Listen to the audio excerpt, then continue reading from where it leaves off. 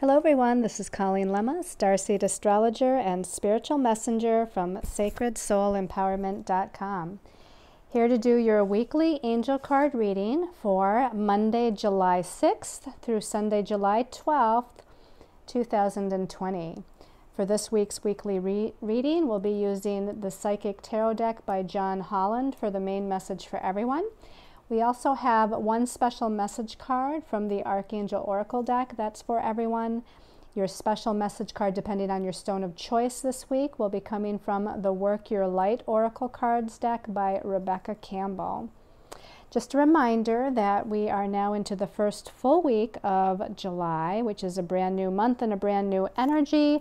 So please be sure to go onto my YouTube page and watch my monthly angel card reading for the month of July. That should be up and running now. Thank you for those of you that had a little bit of patience as I got that out and published. So we have a whole overview of this new month, the new energy vibration, and the astrological highlights in that video. We also have the new Empowered Voices video podcast out. It comes out on the 11th of every month. We meaning my friend Kathy Munson on the East Coast and myself, every month since January 11th, 2020, we've been doing a monthly video podcast to connect with you all and update you with messages from both of our angels and guides as far as what is unfolding both on a collective level and for you all personally. So you can find that also on our Facebook page, Empowered Voices, as well as our YouTube channel. So let's go ahead and take a look at your stones of choice for this weekly angel card reading. So the first stone of choice here is blue lace agate. This blue lace agate, of course, it's a very light, colorful blue, like sky blue or light ocean blue. It's got striations in it. The blue lace agate has a very calming, peaceful effect to it, okay? So it has peaceful, calming, tranquil kinds of energy vibrations to it. It helps to alleviate nervous tension, and it relates to the throat chakra. So this is very healing for throat chakra energies and for assisting one with communication and verbal expression. All right, your second stone of choice is ametrine.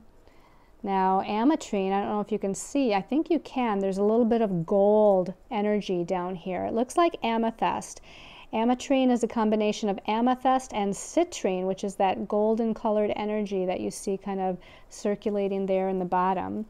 The ametrine also has a very serene kind of energy to it, and it helps to relieve tension. It also brings about mental stability, as well as stimulates one's creativity, helps with self-confidence, and of course it activates the crown and the solar plexus chakra. It brings them into balance. That crown chakra opening up to higher awareness, that solar plexus of empowerment and confidence. And then your last stone of choice for this week is orange calcite. So the orange calcite, this also enhances creative energy because it relates to that solar plexus chakra and the the sacral chakra. Okay, so we have Mercury retrograde, right? So I'm not speaking correctly here. So the sacral chakra energy, that's that orange color, it enhances creative self-expression. It helps to energize and clear all of the lower chakras, especially the sacral. Helps to alleviate depression and helps to kind of integrate or balance the spiritual and physical bodies. Okay, so we have the blue lace agate, the ametrine, or the orange calcite for your stones of choice. Okay, so let's start by talking about the astrological energies for the week.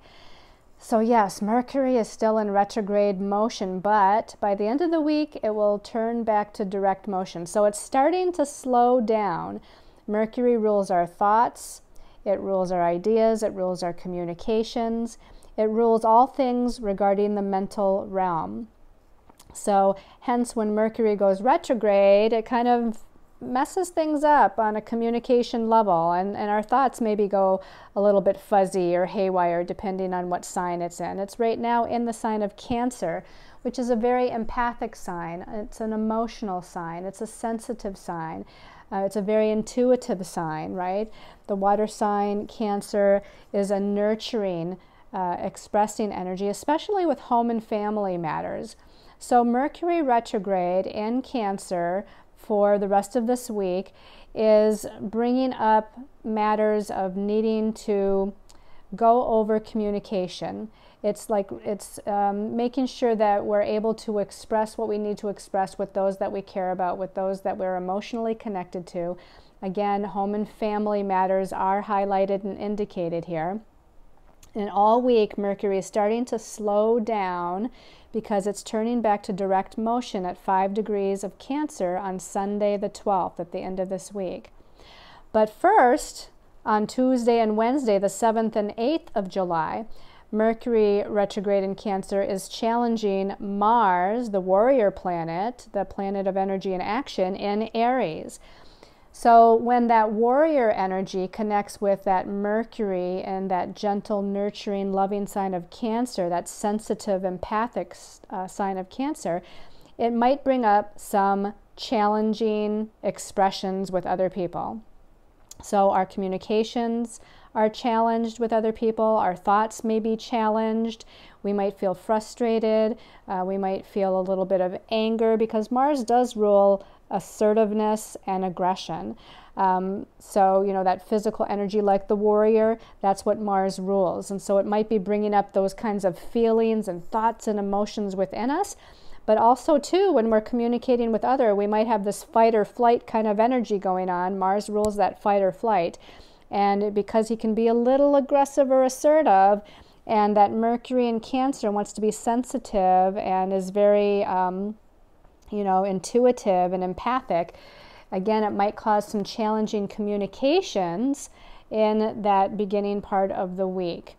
Now, as we move all the way through the rest of the week into Saturday the 11th of July, Chiron, the wounded healer, the shaman, the teacher, is moving to retrograde motion at 9 degrees of Aries. So again, all of this week, Chiron is slowing down. Instead of with Mercury, Mercury is slowing down to turn back to direct motion, Chiron is slowing down to turn retrograde. So we've been feeling this not just this week, but we've probably been feeling this all of the week previous, last week, because Chiron is slower moving than Mercury. So as a slower moving planet starts to slow down, to switch directions, either turning retrograde or turning back to direct motion, it intensifies that energy for a period of time. We feel it even more intensely. And because Chiron moves very slowly through the zodiac, we've been feeling this for at least a week or two. And Chiron is turning retrograde at 9 degrees of Aries, and Aries is the sign of the individual. It's the sign of the self. It's the sign of our self-confidence, our self-identity, our courage, our independence, our take-charge ability. And so Chiron is bringing up these wounds regarding these things, our self-identity, wounds regarding our self-confidence, our ability to take charge, make decisions, be a leader, take action on something. So we're having, it's almost like the phrase midlife crisis kind of jumps into my mind. And it doesn't mean you have to be a particular age to feel this. We're all going to be feeling this on some level. Just to give you some idea of how long Chiron, see? How long Chiron's going to be retrograde. The slower moving planets stay retrograde longer. When we had Neptune turn to retrograde motion a couple of weeks ago, it's going to be, retrograde almost 5 or 6 months. Chiron, as it goes retrograde on July 11th, will stay retrograde until mid-December of 2020. And it's only going to travel from 9 degrees of Aries back 5 degrees to 4 degrees of Aries. So that's how slow Chiron moves. So this is giving us a chance with Chiron kind of turning its energies inward. That's how the retrograde planets express, is more kind of inward, on an inward level. So Chiron is turning his healing energies, his shamanistic energies, inward for us on a subconscious level, connecting with our past lives and trying to understand these wounds of confidence, courage, independence, and self-identity, especially intensifying during this time, a few days before and a few days after the 11th of July. And just as I mentioned earlier, on Sunday the 12th, Mercury is now turning to direct motion at 5 degrees of Cancer. So also, even though Mercury is not exactly challenging Chiron this week, it's going to happen next week. And because Chiron is slowing down to a standstill and Mercury is slowing down to a standstill, for them both to switch directions here. The fact that Chiron is at 9 degrees Aries and Mercury is at 5 degrees of Cancer, those two signs are in a challenging aspect to one another. Aries energies always clash with Cancer energies. That's just kind of the way it is, because Aries is fire, and it's energized and independent and take charge oriented with that fire energy. Cancer energy is water and intuition and receiving and allowing and flowing and sensitive.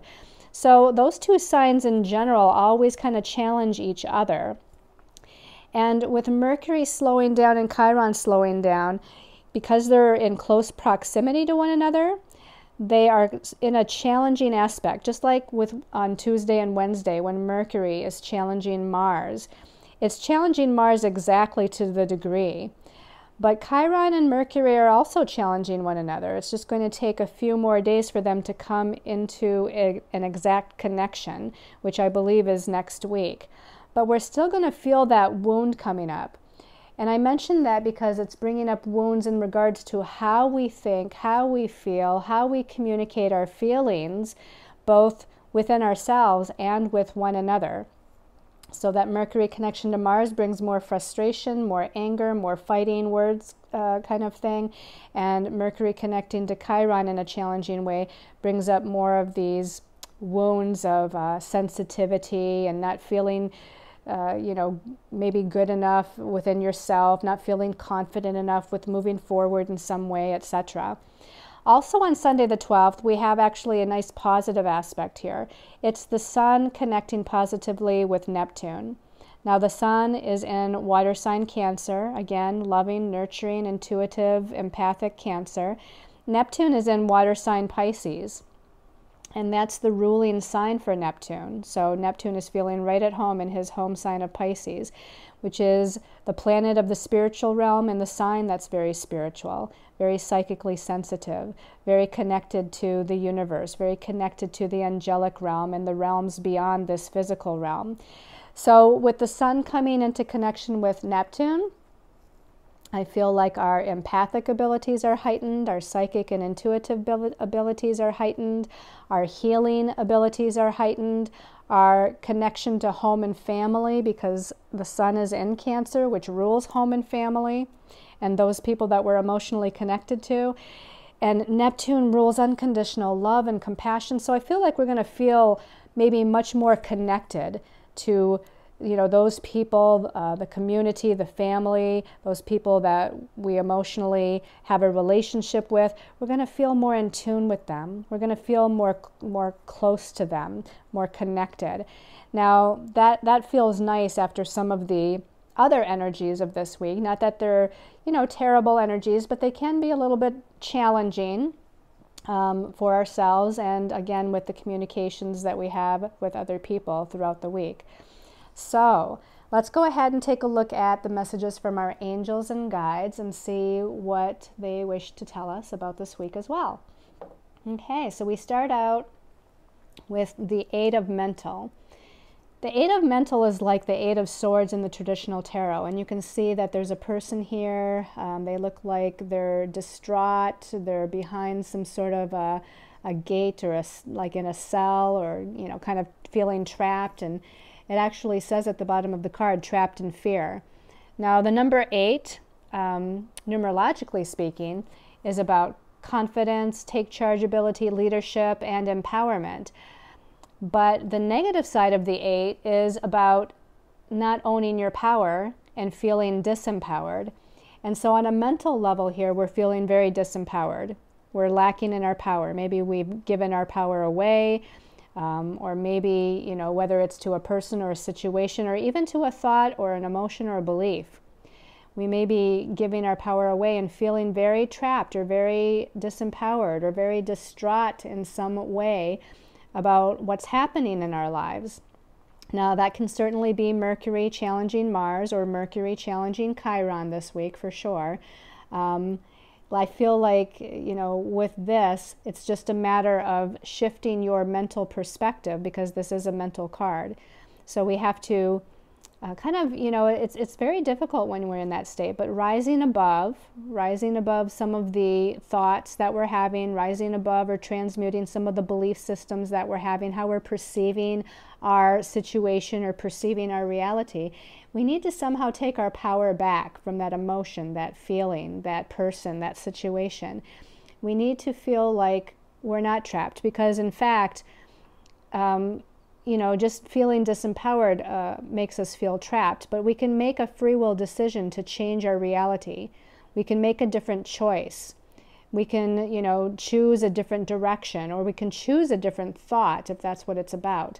But we don't have to stay trapped there in fear or trapped in anxiety. Sometimes it's very difficult, but we can, you know, move ourselves beyond and out of that by focusing on the blessings in our life, or focusing on the positive connections in our life, or the positive situations that we do have in our life. Find those things that have given you joy. Maybe it's a pet. Maybe it's the fact that you have a best friend or a close friend or a supportive partner. Whatever that might be, focus on those and move yourself out of the state mentally that you seem to find yourself in here. All right, let's turn over the next card here. The next card, ooh, this is like Major Arcana 16. In the traditional tarot, this would be the Tower card. In this deck, it's called Disruption. And usually the Tower card is about external changes in our situations around us, in the environment, you know, things that get shaken up, so to speak, on an environmental level. But in this particular deck, and, you know, with the symbology we have here, you know, we're being shown a person, and we're being shown a disconnect here. This person looks very disconnected. They're disrupted. Their energy is not flowing in a beautiful, balanced way, not in a harmonious way. Their energy within is disrupted. And that's what I feel like, you know, with this particular card. Now, there may be outer situations and outer circumstances that seem to be pulling the rug out from under us. That certainly could be what this card means too, as it does relate to Major Arcana 16 in the tarot, which is called the Tower. But more so in this deck, I'm getting the feeling that we are just feeling inwardly disrupted. Our energy feels out of sorts. Our energy doesn't feel balanced. We feel like we're disconnected from ourselves, maybe disconnected from others as well. And this to me relates to Chiron slowing down and turning to retrograde motion in the sign of Aries, the sign of the self. I feel like this is bringing up some internal wounds. Some of them are from this life, some of them are from previous lifetimes.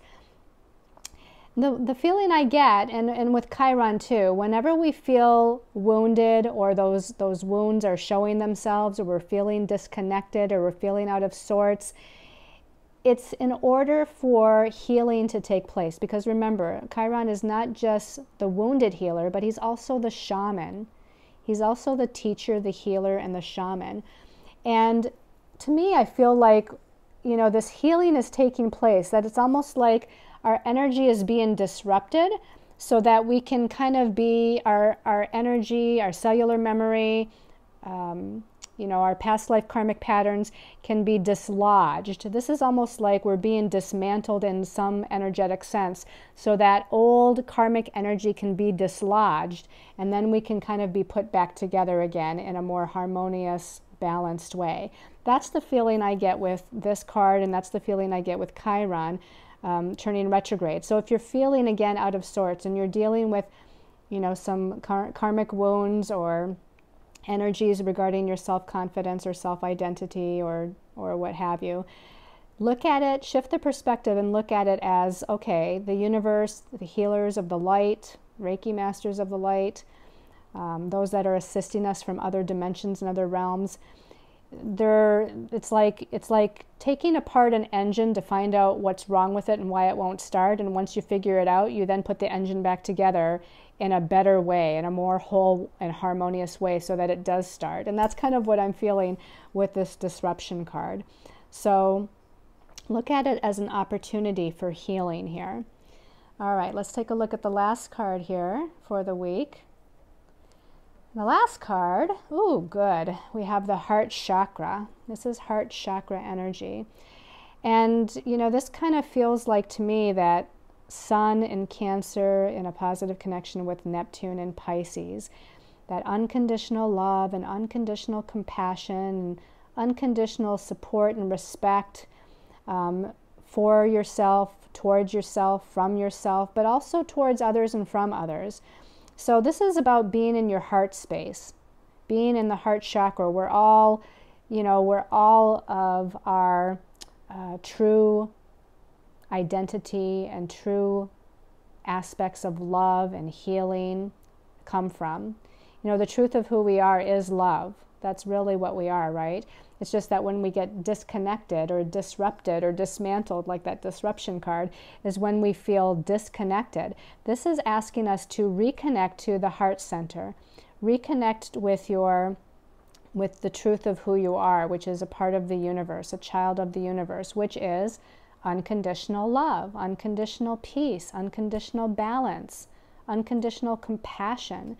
And as we move into that heart center, as we move into our heart chakra center, then we feel one again. We feel whole again.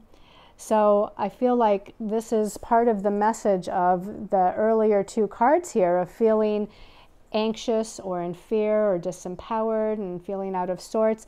The answer is to move into your heart chakra. And whether you do this in an actual meditation, or just have some quiet time, or maybe even get out and connect with nature, or connect with a beloved pet because they just give us unconditional love. That, you know, any way that you can to connect with this heart chakra energy is going to help you move into a better space and a better place this week. All right, let's take a look at the archangel that's kind of giving us a message for the week or overseeing us for the week here. Okay, we have the card that says nurture. This says Archangel Gabriel.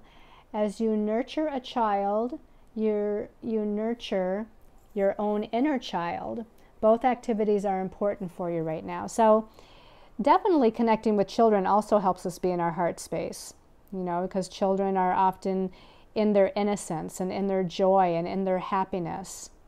Okay, and so as we connect with children, we connect with that part of ourselves that's also a child, our inner child.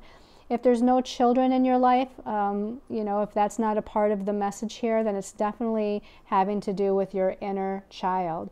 As you connect with and love and nurture your inner child, which means loving and nurturing yourself the way you would a child, whether it be your child or grandchild or someone's child, you know, being that loving, nurturing, parenting, caregiving kind of energy towards yourself, and treating yourself as your own child, like taking your adult self and tending to your inner child self is basically what is being asked of you for this week.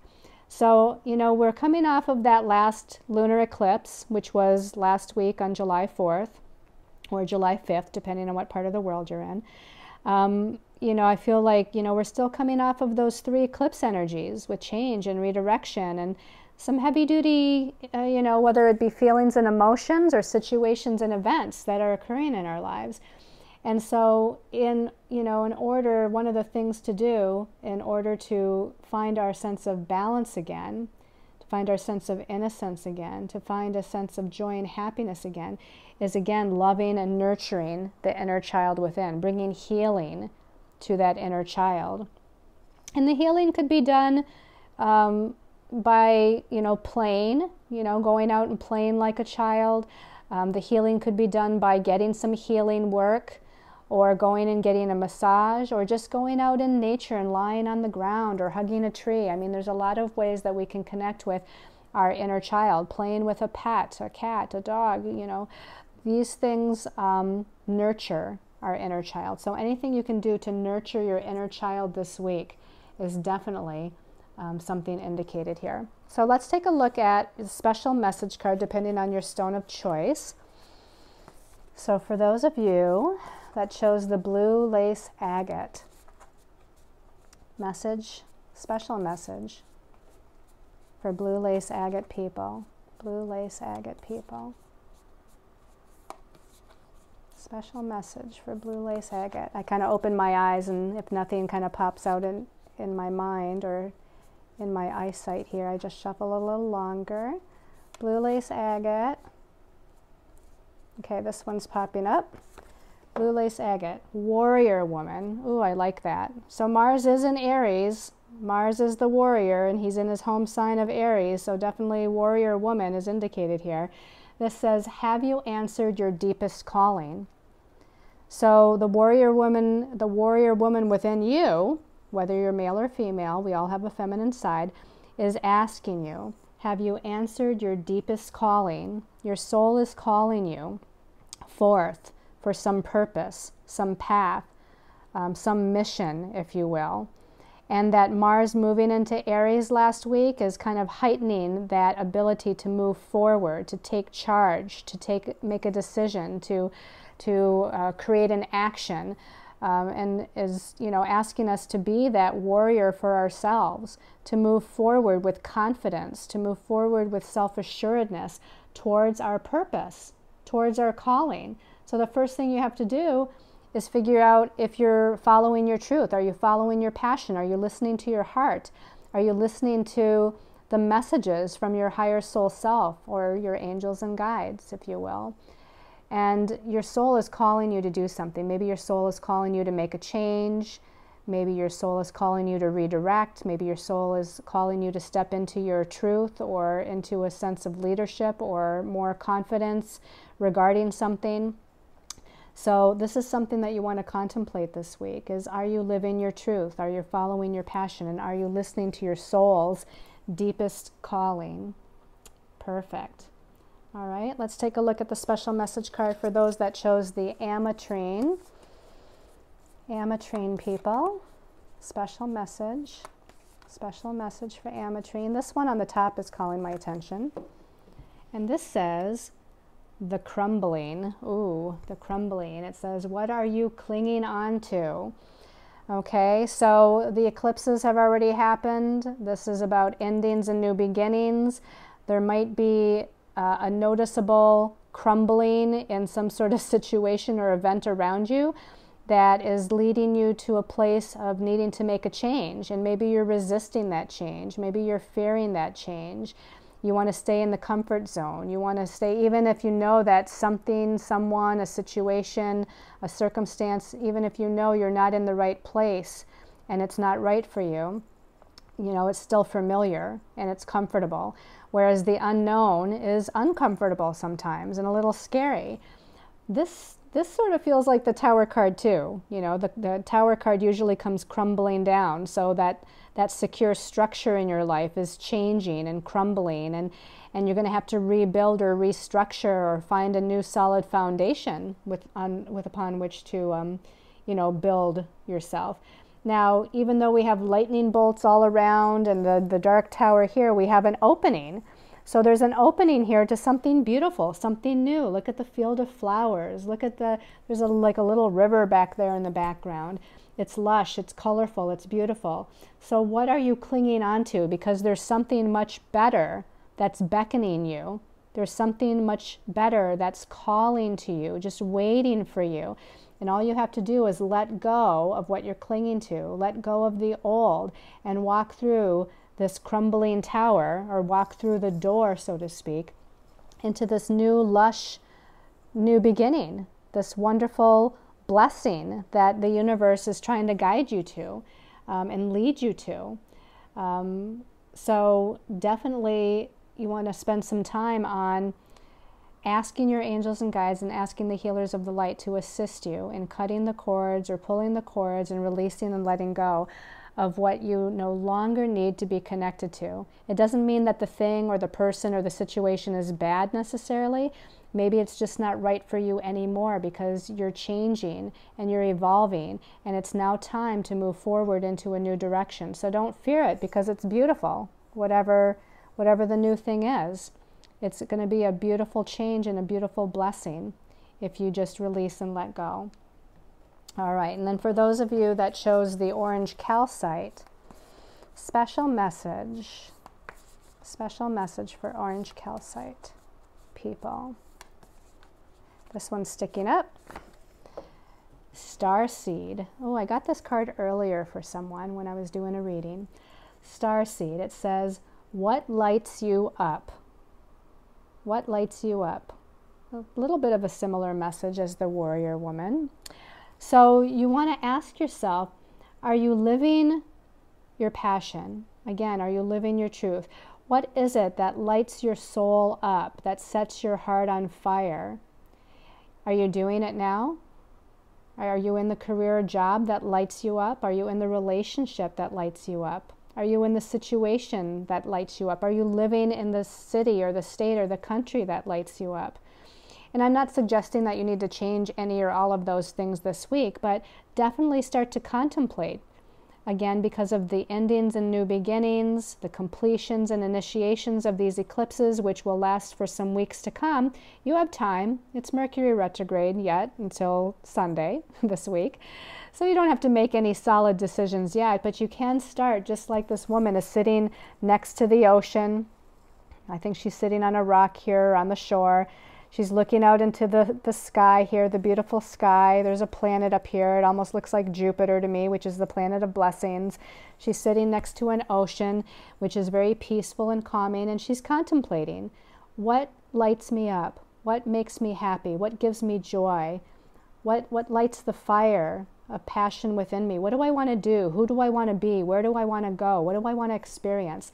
Those are some of the questions that Starseed is wanting you to ask yourself this week. So take some time and definitely do that. And here's a little star here. It's a wish upon a star. Wish upon a star. Send out your intentions to the universe of what it is that you would like to create, what it is that you'd like to see happen for yourself, where it is that you'd like to move into as far as the energies are concerned. And just, just even thinking about what lights you up and gives you hope and joy and happiness will help to magnetize it to you. Okay, so take that time, take those steps. I hope you've all liked this weekly angel card reading, everyone. Thank you for your love, your support, your wonderful comments on YouTube regarding my videos, for checking me out on Facebook and my website as well. I wish you all much love and happiness and positive evolution and movement forward, and I send you many, many angel blessings.